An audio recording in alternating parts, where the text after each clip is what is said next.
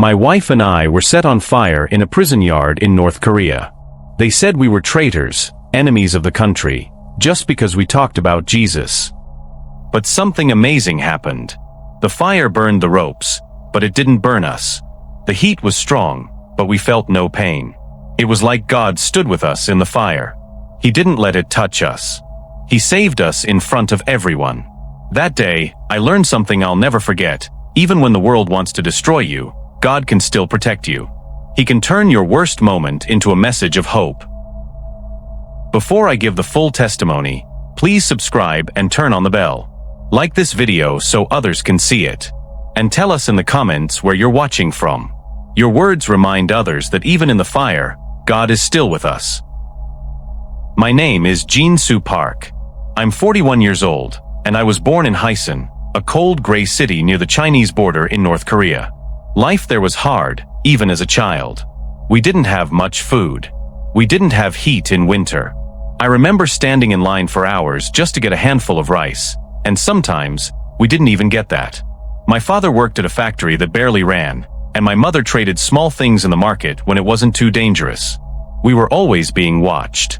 We couldn't speak our minds. Every word had to be careful. Every neighbor could be a spy.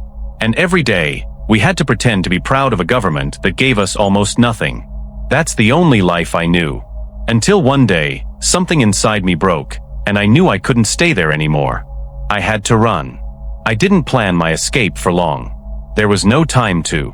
If anyone found out, I would be taken away and never seen again. I was just 22 years old, scared and skinny, but I made my way to the border at night. The river between North Korea and China was frozen. I crawled across it in silence, heart pounding with every step. I thought I would die from the cold or be shot by a soldier, but somehow I made it. On the other side, I didn't find safety right away. I found hiding places, hunger, and fear. China doesn't protect North Korean defectors. We're treated like criminals there. I was hunted. I moved from house to house, helped by kind strangers and secret churches. One family gave me food and a Bible. I had never touched one before. I didn't understand the words at first, but something inside me started to feel alive. I was no longer just running away. I was being led somewhere new. It took months to finally reach South Korea. I came through Southeast Asia, moving in the back of trucks, hiding in dark rooms, and sleeping on cold floors. When I arrived, I was thinner than I had ever been, and my eyes had seen too much. The South felt like a different world. Lights, freedom, stores filled with food. But I didn't feel safe yet. I was a defector. North Korea considered me a traitor. If they found me, I'd be killed. And sometimes, even in the South, people looked at me with suspicion. I was alone. I didn't belong anywhere. But I kept going. I studied hard. I worked small jobs. And I kept reading the Bible. I learned about Jesus. I read about how he forgave, how he loved the poor, and how he gave people new life. Slowly, I began to believe. Not just in him, but in the idea that I could have a new life too. I joined a small church near Seoul. They welcomed me like family. For the first time, I didn't feel like a shadow. I felt seen. I got baptized in a small pool behind the church, and when I came up from the water, I cried like a child. Not because I was sad, but because something heavy had lifted. God had found me, even in the darkness. I wanted to serve him with my life. I began helping other defectors. I shared my story. I taught them how to read the Bible. I prayed with them in their pain. I also started learning more about missions. I met South Korean believers who had served in China, Mongolia, and even near the North Korean border. That's when I met Hannah, a young woman with eyes full of fire and kindness. She had been a missionary in China. She loved Jesus with all her heart. And somehow, she saw something in me too. We started talking more after Bible studies. I told her my story, the cold, the fear, the escape, and the hunger. She listened without pity, only with love. She told me her story too. Her parents were pastors, and she had felt the call to missions since she was a teenager. When I asked her why she wanted to help people like me, she said, "Because Jesus didn't run away from suffering, he ran toward it." I couldn't stop thinking about that. A year later, we were married. It wasn't easy. Some of her family didn't understand why she would marry a defector, but she stood strong. She said we were one in Christ. Together, we built a small life. I worked as a translator and church assistant. She taught Korean to children of immigrants. But deep in our hearts, we both knew that our life wasn't meant to stay quiet forever. Something was stirring. It started during a prayer meeting. An old missionary woman we didn't know prayed over us. She didn't know my background, but she said something strange. God is calling you back to the land of your birth. Not to run this time, but to carry the light. I froze. Hannah looked at me, eyes wide. After the service, she said, "We need to pray about this." And so we did. 4 months. We fasted. We cried. I argued with God. Do you want me to die? I asked him more than once. Going back to North Korea as a defector was unthinkable. People like me disappear. We are tortured. Our families can be punished for 3 generations. And to go not just as a defector, but to preach the gospel? That would be suicide. But the call didn't leave. It grew louder. I had seen what Jesus did for me. I knew he loved the people I left behind. And I couldn't ignore him anymore. I told Hannah one night, if we go, we may never come back. She nodded slowly, then held my hand and said, then let's go and never look back. That night, we knelt and surrendered everything. Our comfort, our safety, even our lives. We began planning in secret. We couldn't tell many people. It was too dangerous. But a few trusted friends helped.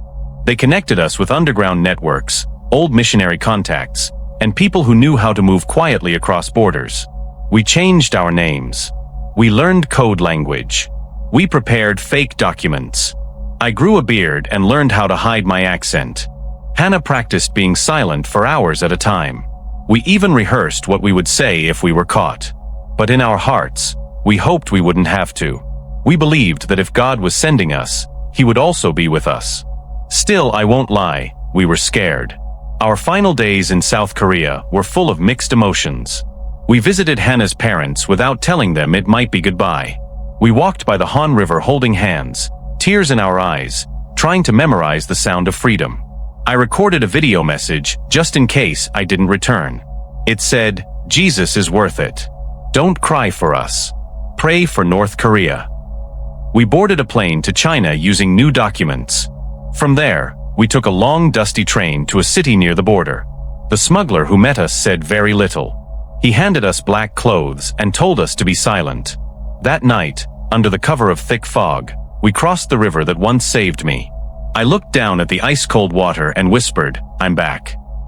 On the other side, everything felt darker. The air, the silence, the fear. But we weren't alone. God was with us. And we were ready. We were taken to a tiny room with no windows. It was a safe house for underground believers. There were no chairs, just blankets on the floor. A dim lamp flickered. A man greeted us with a soft smile and said in whispers, Welcome, brother. We've been waiting. I looked at his face and felt a mix of sorrow and joy. These were my people, my homeland, my past. But this time, I had not come to hide. I had come to bring hope. The journey was far from over. In fact, it had just begun. But for the first time in years, I wasn't running away from North Korea. I was running straight into it, not with fear, but with faith. Not for myself, but for Jesus. And in my heart, I prayed one simple prayer, Lord, use us. Even if it costs us everything. The air inside that windowless room felt heavy. It wasn't just the smell of damp blankets or the faint scent of old shoes. It was the weight of fear. Real fear. Not the kind you feel before a test or a job interview. This was the kind that whispered, if you make one wrong move, you disappear. Hannah and I sat close together, hands locked tight. No one spoke loudly. Every voice was a whisper. Every movement was slow. The man who welcomed us led us to a small corner. There we were introduced to 2 women and 1 old man. All of them were believers. I could see it in their eyes. Tired, but shining. They had been waiting for someone to come and teach. They had been hiding for years. And now here we were, not as tourists, not as refugees, but as missionaries. And suddenly, the reality hit me harder than ever before. It was one thing to say yes in a church prayer meeting. It was another thing to sit inside North Korea again, knowing that death could come from any direction. Every sound outside the door made my stomach twist. A knock, a shout, even footsteps. They all sounded like danger. I looked at Hannah. She was calm, her face full of quiet strength. But I knew she felt it too. That night, we slept on the floor beside the others. It was cold. There was no heater, no warm blanket. Only the body heat of people who had risked everything for Jesus. I couldn't sleep. I stared at the ceiling and asked God, did we do the right thing? Am I leading my wife into a trap? The silence answered me. But deep in my heart, I felt a still voice say, I am with you. It didn't remove the fear, but it gave me enough strength to stay. Over the next few days, we moved from place to place, never staying more than 2 nights in the same building. One time, we hid in the back of a sewing factory. Another time, in a storage shed filled with rotten potatoes. The believers were kind, but always alert. They didn't talk much. They knew how dangerous even one wrong word could be. We shared the gospel in whispers. I taught from small pieces of paper, not full Bibles. Hannah led soft worship, just humming sometimes, because singing was too loud. I began to see how deep their faith was. No stage, no lights, no sermons, just tears, prayer, and hunger for the truth. But the more we served, the more the fear inside me grew. Not because of the people, but because of the risk. Every person we met increased our chances of being caught. And I knew, as a defector, the price would be higher for me. I started having nightmares again. Memories of prison camps. Memories of people being dragged away. I would wake up in sweat, gasping, my heart racing. Hannah would hold my hand and whisper, we're in his hands. He brought us here. He will lead us through. I tried to believe her, but my thoughts were loud. I knew what I was. A traitor to my country. A marked man. North Korea doesn't forget defectors. They consider us the worst kind of enemy. Many are executed if caught. Others are used for experiments, locked in camps, or made to disappear without a trace. And now I wasn't just a defector. I was preaching Jesus. That made me a double criminal. And if they found out, it wouldn't just be me who suffered. It would be Hannah too. I started asking God, why did you send me back? You know who I am. You know what they'll do to me. But the answer wasn't clear. Each day we kept going. The believers were growing stronger. A teenage boy gave his life to Jesus. An old woman said she hadn't felt joy in 20 years until now. We were planting seeds. But at night, I broke. One evening, after a small gathering, I sat alone in a broken wooden chair and cried. Hannah found me. I told her everything. I'm scared. I feel like I've made a mistake. What if I get you killed? What if this ends in torture? She knelt beside me and said words I'll never forget. Jean Sue, I knew the risk when I married you. I knew the risk when I said yes to this mission. I didn't come here to be safe. I came here to follow Jesus. I stared at her, tears in my eyes. How could someone love me this much? How could she love God even more? Her words didn't fix everything, but they helped me breathe. We started praying more, longer, deeper, harder. Not just for protection, but for peace inside our hearts. We didn't want to live every moment in fear. We asked God to remind us of his promises. One night, while hiding in a barn with a leaking roof, Hannah read Psalm 27 aloud. The Lord is my light and my salvation. Whom shall I fear? The others nodded slowly. Even the old man, who barely spoke, whispered, Amen. That night, I felt something change in me. Not because the fear vanished. It didn't. But because I realized something important. I couldn't wait for courage to come before obeying. I had to obey even while I was scared. That was faith. That was trust. God wasn't asking me to be a hero. He was asking me to be faithful. I knew then that the call wasn't a mistake. It was just costly. And I had to pay the price. In the following days, we met more believers. Some were former soldiers. One was a school teacher who had found a Bible page in a trash pile. Each one had a story of pain and hope. One woman shared how her husband had been taken away for owning a small cross. She never saw him again. Yet here she was, still praising Jesus. I realized something powerful. We weren't bringing God to North Korea. He was already here. He had been working long before we arrived. We were just joining him in the middle of it. That truth humbled me. It also gave me strength. I didn't have to carry the mission alone. I just had to follow. Still, the fear of being caught never left. Every time we crossed a street or entered a new house, my mind pictured soldiers, handcuffs, and prison walls. But now I carried something stronger, a quiet obedience that said, "Yes, Lord." Sometimes, we went days without speaking to anyone, just moving, praying, and hiding. One day, we were told to wait in a cold, empty basement. No food, no contact, just silence. We sat there for almost 36 hours. I thought I would go crazy. Hannah held my hand the whole time. She whispered scripture and sang hymns under her breath. I watched her in awe. She wasn't just strong, she was surrendered. That basement became a holy place. Not because of the walls, but because of the presence we felt there. God was with us.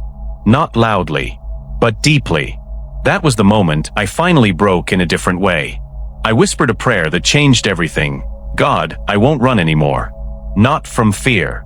Not from calling. If we die here, let it be in your will. That wasn't a prayer of weakness. It was a prayer of peace. And I meant it. After that, something inside us shifted. We became bolder, even in our silence. We stopped waiting for things to feel easier. We just obeyed. We didn't talk about going home. We didn't talk about escape. That wasn't the goal anymore. The goal was obedience. We started planning new meetings. We began helping train others to lead so that the church could grow, even if we were taken away. Hannah wrote down Bible verses and hid them inside rice bags. I recorded short lessons in whispers that could be passed from one phone to another. We didn't need applause. We just needed to stay faithful. People were hungry. People were open. Even though fear ruled this land, something else was rising. Faith. Quiet. Risky. Real. That's when I realized what the call really was. It wasn't just to come here. It was to stay here. To walk every step in faith, even when it felt like walking through fire. Our final moment in that chapter came one cold morning. We had been staying in a tiny apartment near the edge of a small village. We heard news through a whisper network that soldiers were asking questions. Someone had seen strangers nearby. Our names had not been mentioned yet, but the danger was rising. We packed our things quickly. Not clothes. Not food. Just a Bible, some notes, and a few supplies. We prayed over the room before we left. God, if this is our last night of freedom, let it count. That night, as we moved under the stars toward another safe house, I didn't feel fear. I felt fire. Not burning, not pain, but purpose. The kind of fire that comes when you finally said yes with your whole heart. The kind of fire that breaks you, but also builds you. The kind of fire that prepares you for what's coming next. We reached the new safe house just before sunrise. It was a small one-room building at the edge of the village. The walls were made of clay and the floor was cold dirt.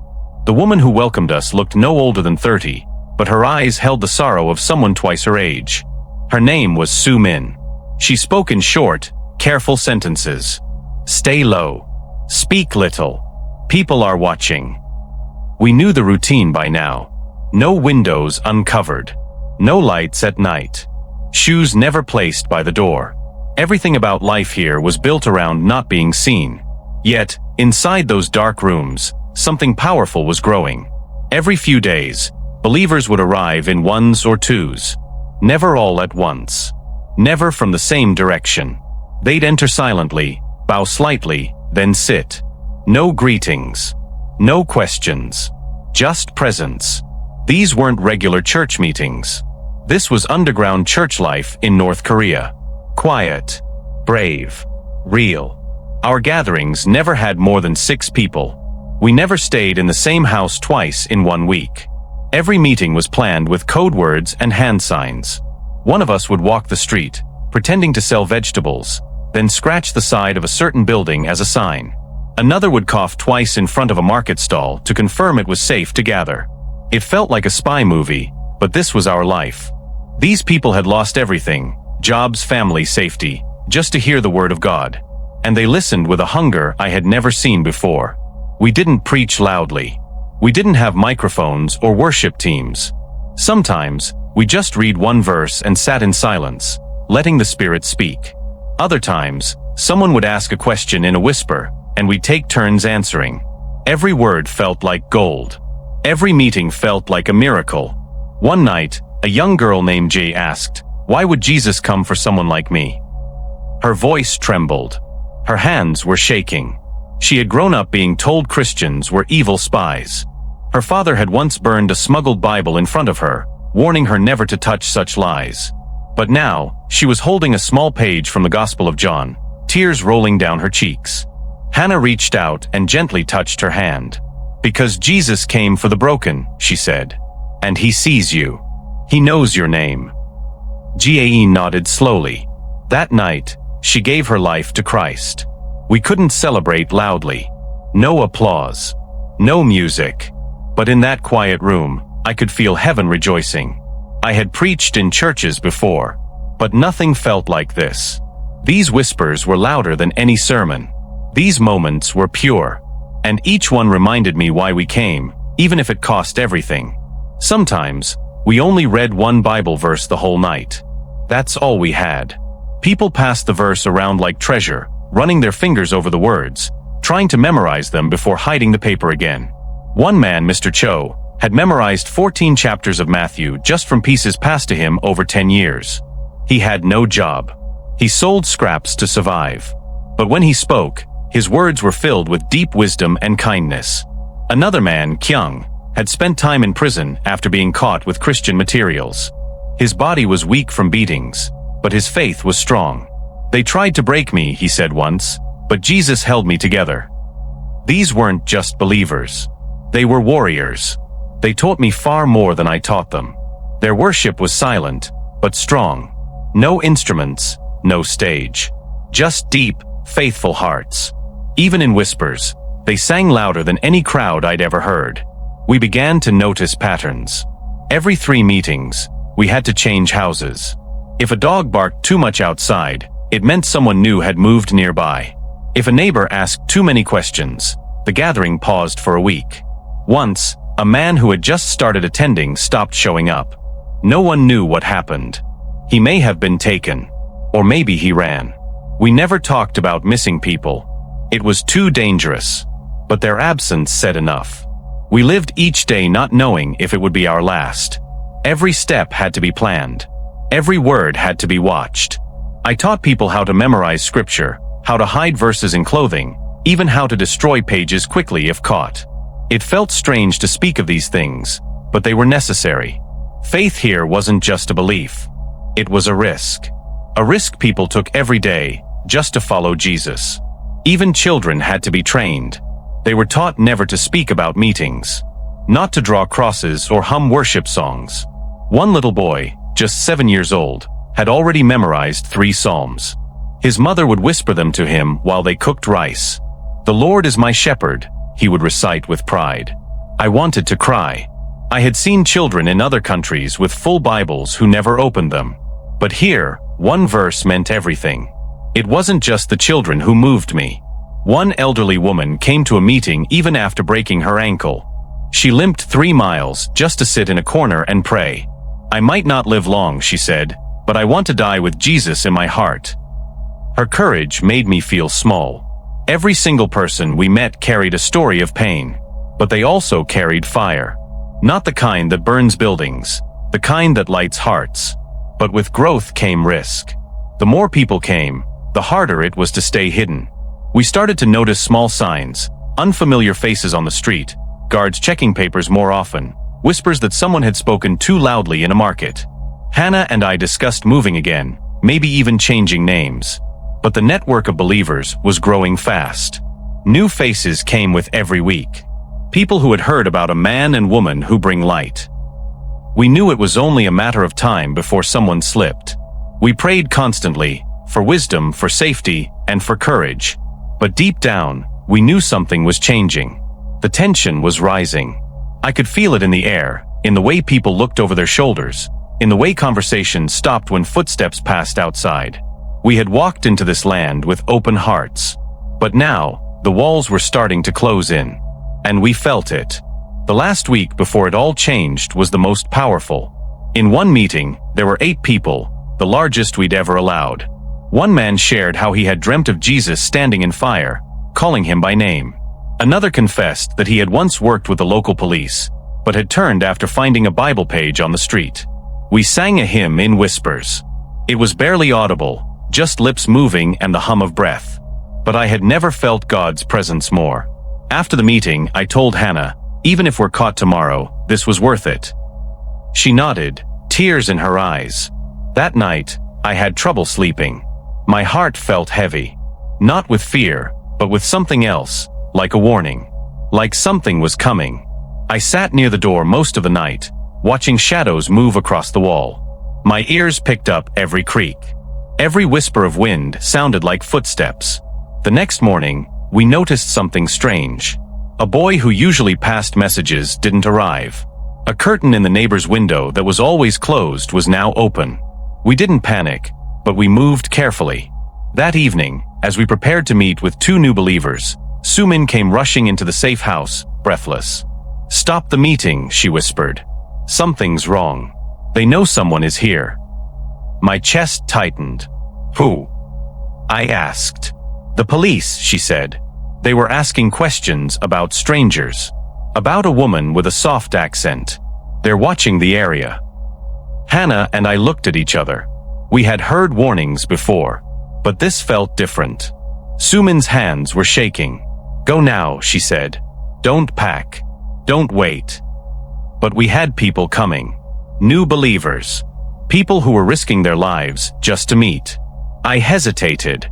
"Just one more meeting," I whispered. Hannah didn't speak.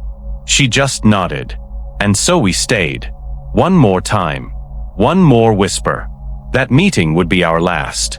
We didn't know it yet. But everything was about to change. The new believers arrived just after dark. 2 young men, both in their 20s, entered through the back and sat down quickly without speaking. Their faces were calm, but I could tell they were nervous. We whispered greetings and began the meeting like we always did, slow, quiet, and prayerful. Hannah hummed a soft worship melody, and I read from a page of the Gospel of Luke, folded and worn from many hands. We spoke about God's love for the lost and his promise never to leave us. As I looked around the small room, I felt something I couldn't explain. Like a storm just outside the walls, waiting. We had no idea that this moment would be the last time we gathered freely. No idea that someone in that room had already spoken too much. And no idea that by morning, our lives would be in the hands of men who wanted us dead. We ended the meeting and told everyone to leave separately. Some went through the alley. Others waited a few minutes before stepping out.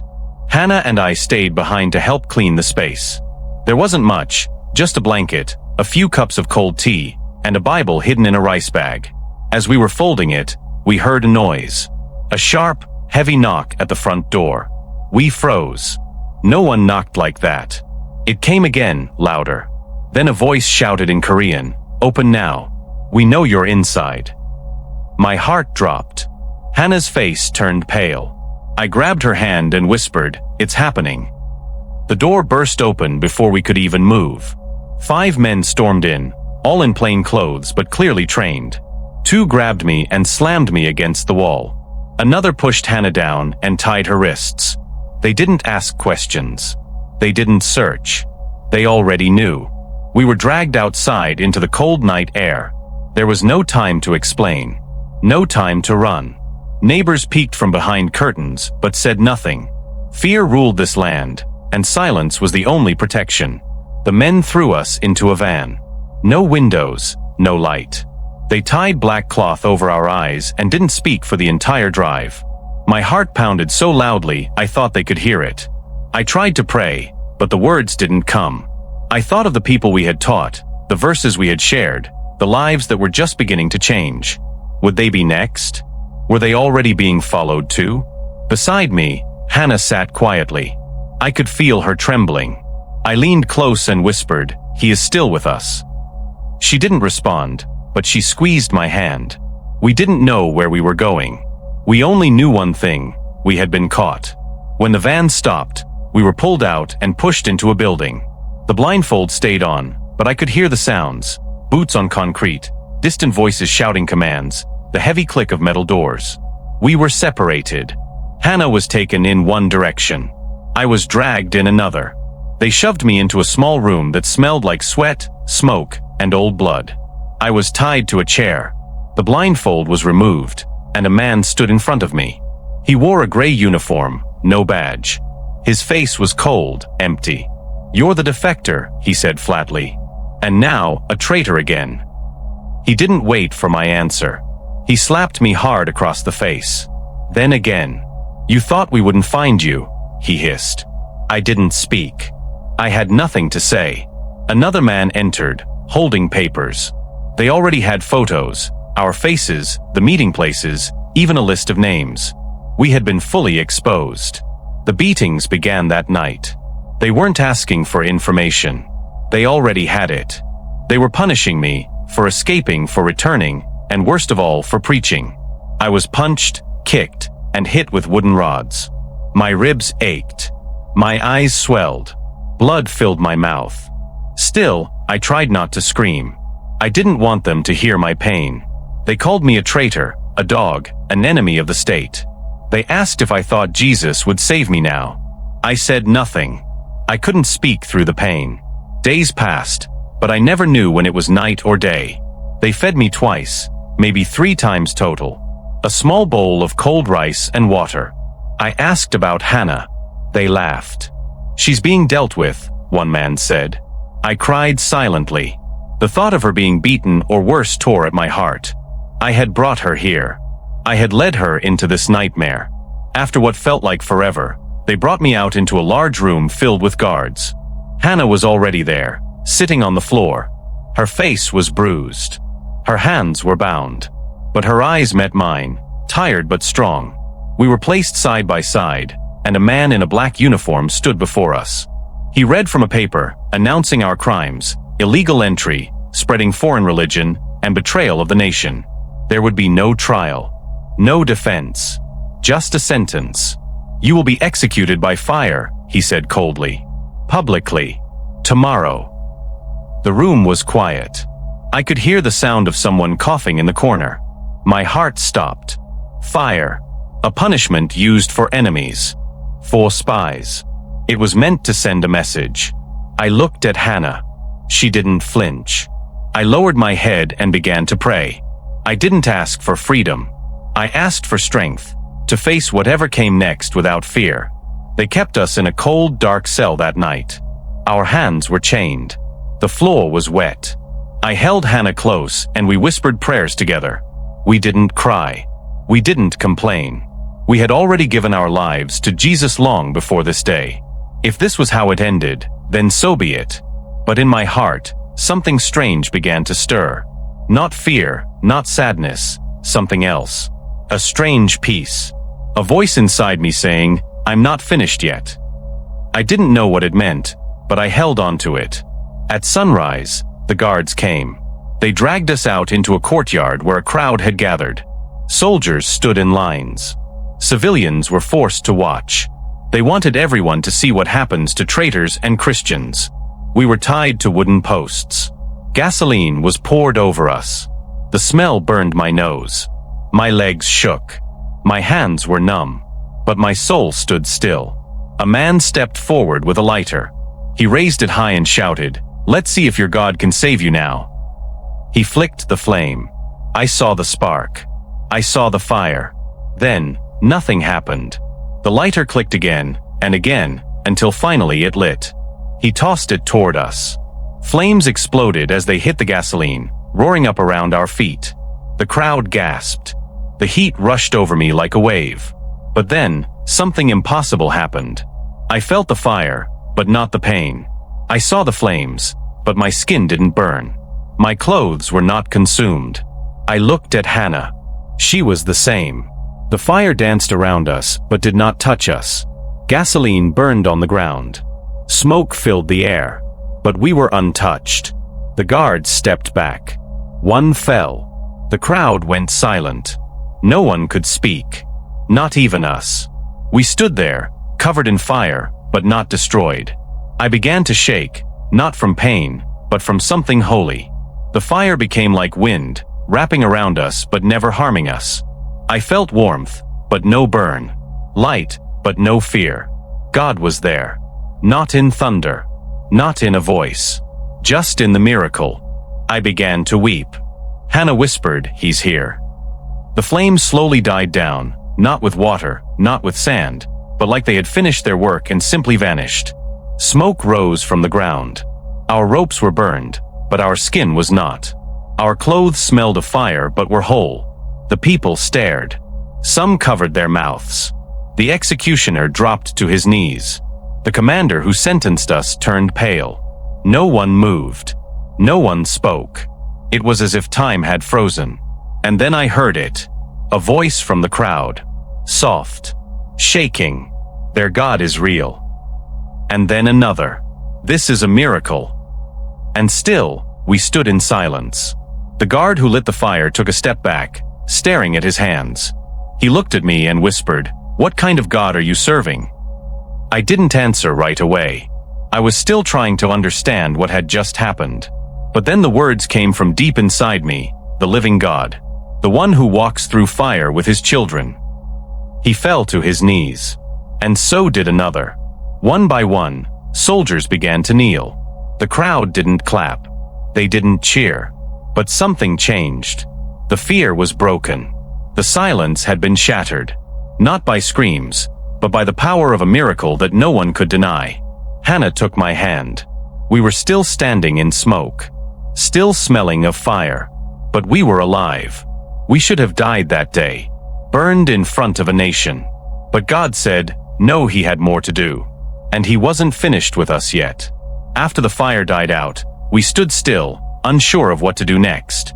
Hannah's hand was still in mine. The crowd stared at us, eyes wide with shock and fear. No one cheered. No one moved. Even the guards, who just minutes earlier had shouted threats, were frozen in place. The silence in that moment felt deeper than any sound. Then a sound broke through, not a scream, not a command, but a sob. It came from the man who had lit the fire. He fell to his knees, shaking. His voice cracked as he cried out, "Allah does not protect like this." His words were not loud, but everyone heard. He looked at us again, tears in his eyes, and whispered, "Who is your God?" I opened my mouth, but nothing came out. Hannah stepped forward and said gently, "His name is Jesus." That name hung in the air like a stone thrown into still water. The man's shoulders began to shake even harder. Then something happened that I never expected. One of the other guards dropped his weapon and slowly knelt beside him. Another backed away in fear, muttering to himself. The commander who had sentenced us turned and walked quickly into the building, his face pale. A few people in the crowd began to cry. I could feel it. The fear was breaking. God was doing something far beyond anything I could understand. We were taken back into the prison, but this time, there was no shouting, no beating. The guards who once dragged us now held us gently. They placed us in the same cell, gave us blankets, and brought us warm water. One guard, the same man who lit the fire, stood outside our door and whispered, "Can you tell me more about Jesus?" My heart felt like it would break. In that prison, revival had begun. That night, we were not alone. One by one, guards came by the door. Not to threaten us, but to listen. They stood quietly as we spoke in whispers about the God who saved us. Hannah shared how Jesus had forgiven her sins. I told them how he found me when I was a defector, lost and alone. The man who had lit the fire, his name was De Jong, wept as he listened.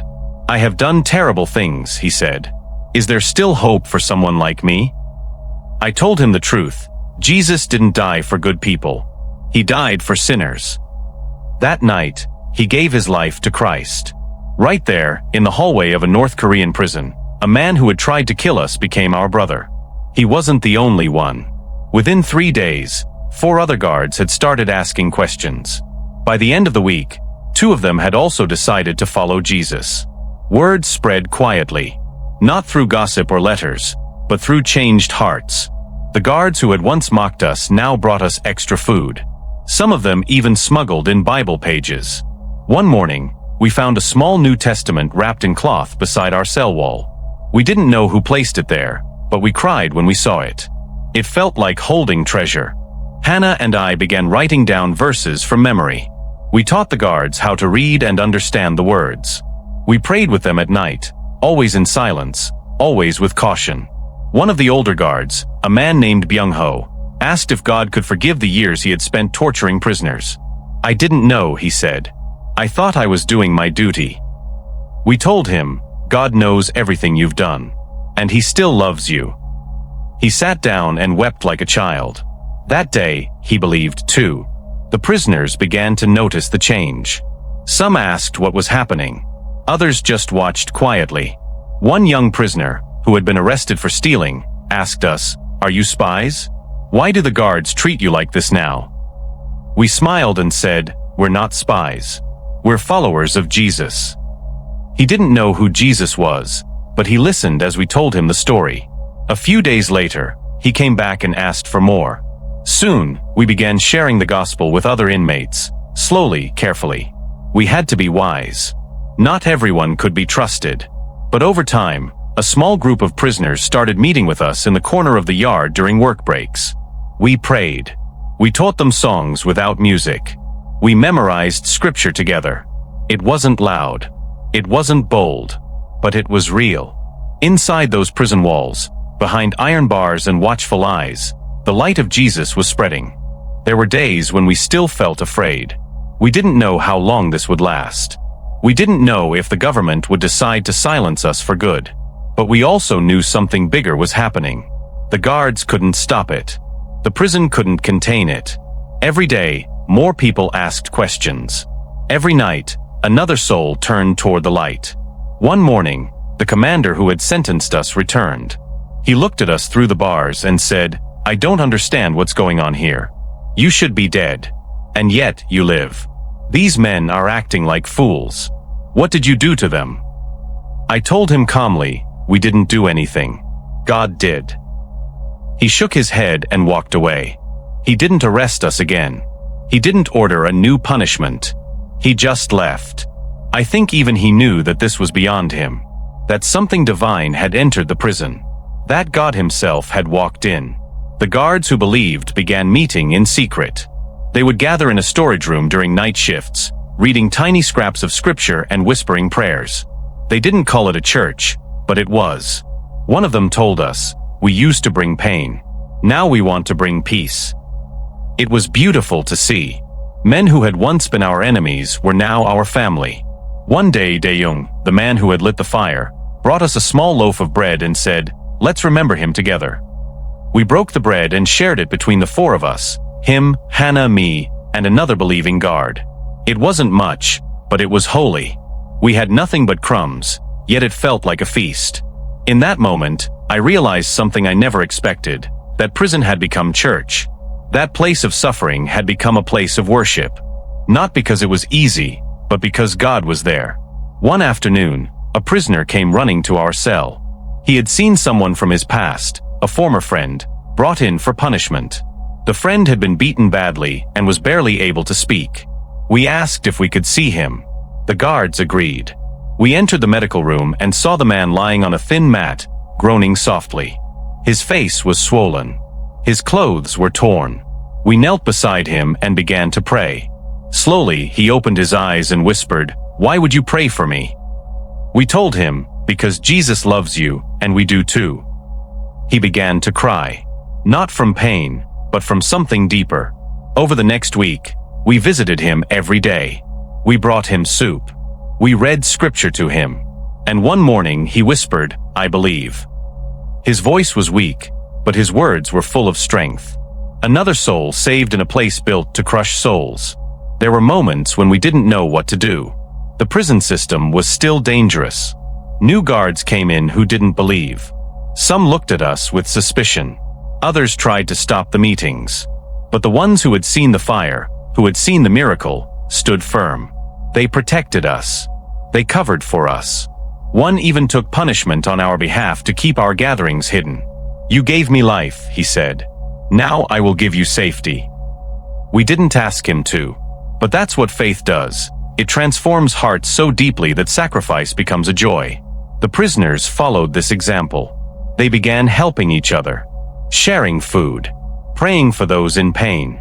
A new spirit had taken over the prison, not fear but hope, not hate but grace, not silence from fear, but quiet filled with worship.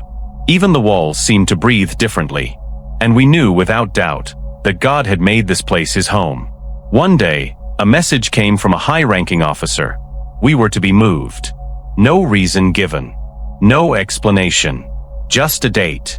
The guards who believed looked worried. Some cried. "We don't want you to go," one said. "You brought light here." We didn't know what the move meant. More prison? Execution? Release? But we trusted God. We hugged our new family. We prayed over each one. We told them, "You are now the church. You carry the flame." They promised to continue, in whispers, in silence, in courage. On the day we were taken, dozens of guards and prisoners stood silently, watching us walk away. No words. Just eyes full of tears and hearts full of fire. That place had changed forever. Not because of us, but because God had walked in through fire, and he stayed.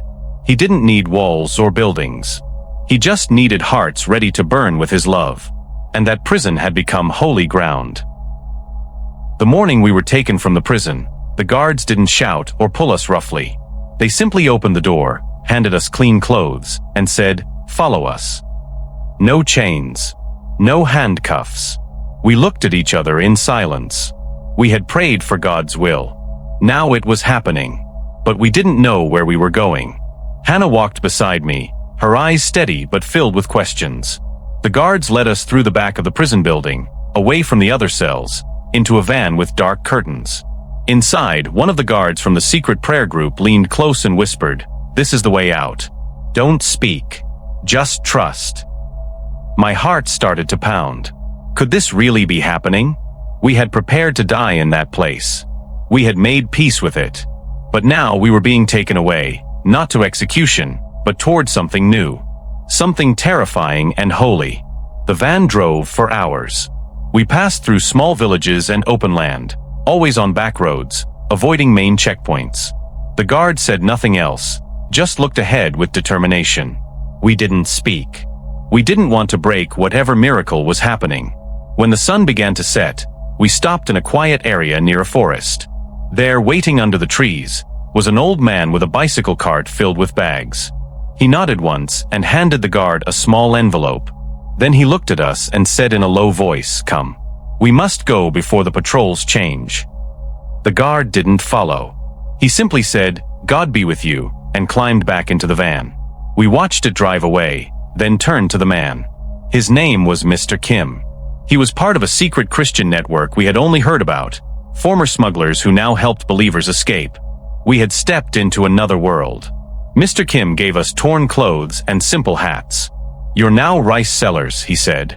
"Husband and wife, no names, no stories." We nodded and followed him down a narrow path through the trees. He didn't use a flashlight, only moonlight. We walked for hours, every step slow and careful. My legs ached. Hannah's feet bled through her shoes. But we kept going. We had no idea how close the danger still was. The man explained that many eyes were still watching. Not all guards believed. If anyone learned we were alive, especially after what happened with the fire, they would try to stop us. "You are not safe," he said, "but you are covered." That line stayed with me. We were not safe, but we were covered. Covered by prayers. Covered by God. That was enough. We kept walking deeper into the unknown, hoping each step would take us closer to freedom. For 3 days, we moved between safe houses, tiny huts, barns, even one underground storage room filled with potatoes. At each stop, we met someone new, all part of the same network. They brought us food, water, and dry clothes. No one asked questions. No one spoke our names. They simply served, smiled, and whispered, "You are not alone." I couldn't believe this was happening. North Korea was supposed to be a place of darkness. But now, in the shadows, I saw light. Not from the government, not from power, but from people who loved Jesus more than their own lives. They risked everything to help us. One young woman, barely 20 years old, brought us a map. She had drawn it by hand, with small marks showing where guards might patrol. "Don't go near the river bend," she said. "Last week, someone disappeared there." I looked at her and asked, "Why are you helping us?" She replied, "Because he helped me first." The hardest part came when we reached the mountains. We had to climb for 2 nights straight, using ropes and holding onto tree roots. There were no real paths, only animal trails and deep snow. My body felt weak, but my spirit burned. Every time I wanted to stop, I remembered the faces of those still trapped. The guards who believed. The prisoners who prayed. We weren't just escaping for ourselves. We were escaping for them, to tell the world, to carry the story. At the top of one ridge, we looked back and saw the valley where we had come from. It was quiet, still, and my heart broke. I whispered, "Lord, protect them." Hannah reached for my hand. She didn't speak, but her tears said everything. This was not a victory march. This was a painful goodbye. A silent promise that we would not forget those who still lived in the shadows of that land. On the 4th night, we met a man who called himself Uncle. That was all. He had gray hair and strong arms. He drove an old delivery truck filled with crates of turnips. He pointed to the back and said, "Climb in. Don't move." We did as he said, squeezing between the crates. He drove for 6 hours, stopping twice at military posts. We heard voices outside. Once, a flashlight shone through a crack, but passed over us without pause. I held my breath the entire time. Hannah clutched my arm so tightly it turned numb. But we were not found. Uncle dropped us off near a quiet border village, then handed us over to a woman in a long coat. She was the last link in the chain. She looked at us, smiled gently, and said, "From here we walk. One last river. Then freedom." My knees nearly buckled. One more river. One more chance. One final test. The woman led us through tall grass under the stars. We reached the river just before dawn. It was shallow, but freezing. Ice floated across the surface. "You have 5 minutes," she said. "Walk straight. Don't stop. Don't look back." We nodded. I helped Hannah step into the water. My feet burned from the cold. The current pulled at our legs. But we kept going. Each step felt like a lifetime. Halfway across, I heard a dog bark in the distance. Then shouting. A light flashed from behind us. I froze. "Keep moving," the woman called from the far side. Hannah slipped. I caught her. My hands went numb, but I didn't let go. We pushed forward until, finally, we stumbled out onto the bank. The woman grabbed us and pulled us into the trees. We lay on the ground, shaking, breathless, soaked but safe. "You made it," she whispered. "You are free now." I wept, face in the dirt, praising God. We crossed into China, but the journey wasn't over. Chinese authorities often return North Korean defectors. If caught, we'd be sent back, and killed for sure this time. The woman took us to a safe house run by believers. We stayed hidden in a small attic for a week, eating rice and drinking warm tea. A pastor came and arranged new papers for us. With God's help and the underground church's support, we were moved through 3 cities, always changing cars, always staying low. I felt like I was floating, body present, but soul still back in that prison. Hannah barely spoke those days. She cried softly at night, whispering names of the guards and prisoners we had left behind. We prayed for them every day. And I promised myself, if I ever leave this place, I will tell their stories. I will not forget their faith. I will not forget the fire that didn't burn us. After almost 3 weeks, we crossed into Southeast Asia with the help of a missionary contact.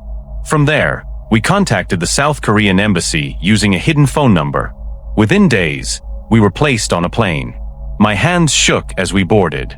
It felt wrong to sit in a seat, to see clean floors and smiling people. When the plane lifted off, I looked out the window and whispered, "Thank you, Lord." Hannah leaned on my shoulder, finally sleeping. When we landed in Seoul, we were met by officials. They asked questions, took photos, and placed us in a government resettlement center for defectors. But we weren't like the others. We weren't just running away from something. We had returned to something. We had witnessed a miracle. And we carried a message. They didn't believe our story at first. They thought the fire was just rumor. But we didn't need them to believe. We knew the truth.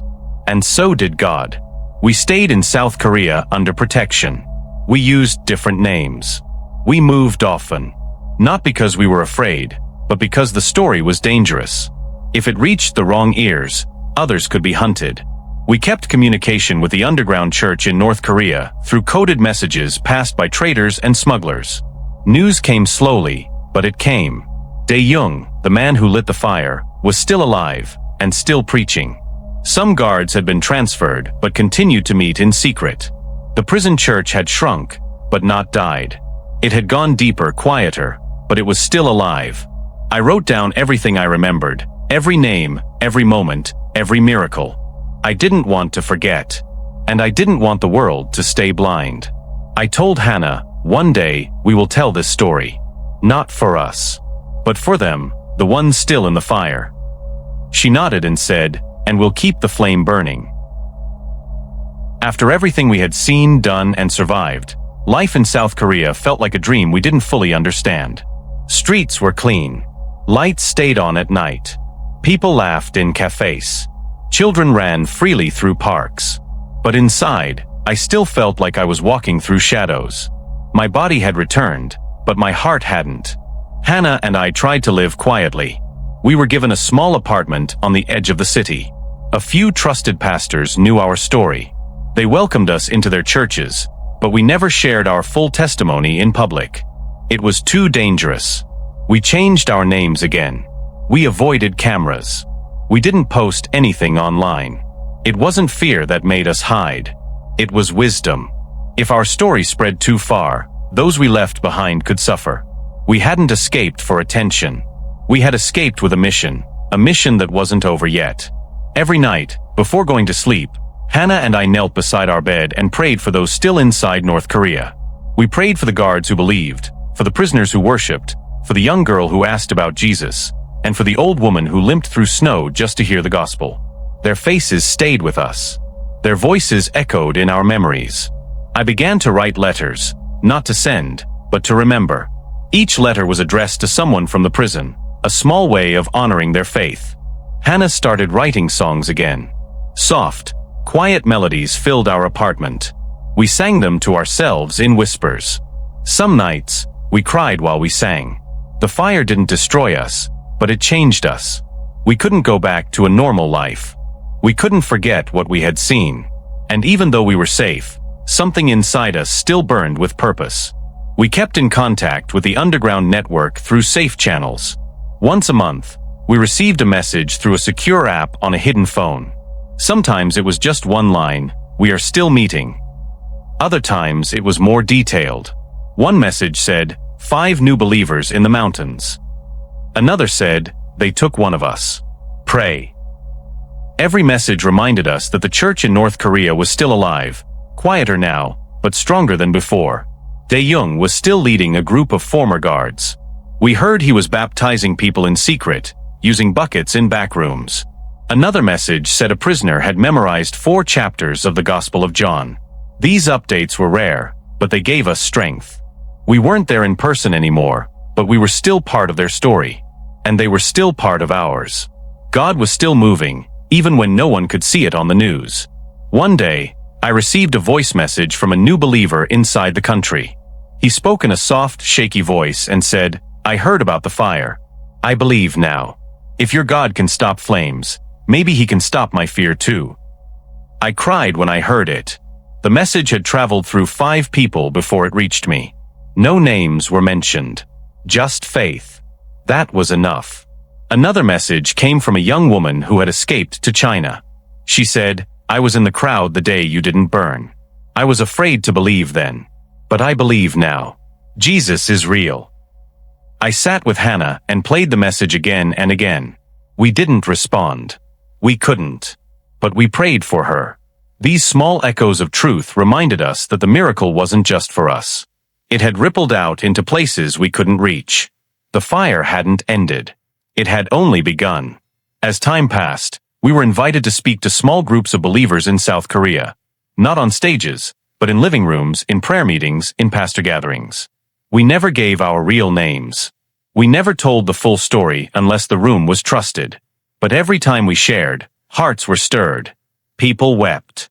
Some said, we had no idea this was happening in North Korea. Others asked, what can we do? We told them the truth: pray, give, listen, but don't forget. That was our biggest fear, that the story would be forgotten, that the faces would fade, that the miracle would become just another story. So we kept telling it, even if it was only to 10 people at a time. We believed that every ear who heard the truth would carry it forward, and that somewhere, someone would be brave enough to keep the flame alive, even in silence. We began to disciple others, former defectors, young missionaries, and believers preparing to serve near the border. We didn't train them with long theology lessons. We trained them with what we had seen. We told them how to listen for God's voice in the dark, how to love people who are afraid, how to stand still when fire rises around you. We told them that obedience is not always safe, but it is always worth it. One young man we mentored now travels between China and Mongolia, smuggling Bibles into areas no one else dares to enter. Another woman, a former North Korean, now leads secret prayer walks near the border. We don't tell them what to do. We just share what God has done. And somehow the flame keeps spreading, not loudly, not with applause, but with quiet footsteps, whispered songs, and lives laid down in hidden places. Just like before. There are days when we feel tired. Days when fear tries to return. We still live in hiding. We still look over our shoulders. We still check the locks twice at night. Some nights, I dream of the prison, of the fire of the guards, of the moment the lighter fell. I wake up shaking, soaked in sweat. But then Hannah's hand finds mine, and she says, "You're here. We're still alive." And I remember, not just the pain, but the purpose. I remember the voices that cried out to Jesus in that prison. I remember the man who said, "Allah does not protect like this." I remember the peace that wrapped around us when the flames rose. And I remember the silence, the holy silence, that followed. That moment did not end when the fire vanished. It planted something in us. A calling, a promise, a spark that still glows, even now, years later. We have never returned to North Korea. We don't know if we ever will. The border is still tightly closed. The government still hunts defectors. If they ever discover where we are, they will come for us. We know that. But we also know something stronger. God is not limited by borders. His Spirit is not held back by governments. The same God who walked with us through fire is still walking with those inside. And one day, the world will see what we already know, that the underground church in North Korea is not dead. It is not weak. It is alive. It is burning with the quiet power of Jesus. And no wall, no chain, no bullet, and no fear can stop it. We believe that. We've seen it with our own eyes. And until the day we die, we will keep telling this story, so the world remembers, so the church prays, so the fire never goes out. Sometimes we sit on our small balcony and watch the sun set over Seoul. Hannah holds a cup of tea. I hold her hand. We don't talk much during those moments. We just listen, to the birds, to the breeze, to the still small voice that once led us back into danger. That same voice still speaks. It says, "Stay faithful. Keep burning." Not with fear, not with anger, but with purpose, with love, with surrender. We don't know what tomorrow holds. We don't know how long we'll be able to share this story. But we know this: we didn't survive the fire to be silent. We didn't walk out untouched to stay hidden forever. When the time is right, when the door opens, when the voice calls again, we will go. And even if we cannot go back in person, our story will. Our words will. And God will do the rest. So now when people ask us, "Why do you think God saved you from the fire?" we look at each other and smile. We don't have a long answer. We don't pretend to understand all of God's ways. But we say this because the mission wasn't finished. And it still isn't. The fire came, but it didn't destroy us. It refined us. It shaped us. And it lit something in us that still burns. Not with pain, not with pride, but with peace. We are still burning, not in fear, not in hiding, but in purpose. For the people, for the church, for the name of Jesus. And until he says, "Well done," we will keep going. One step, one prayer, one story at a time.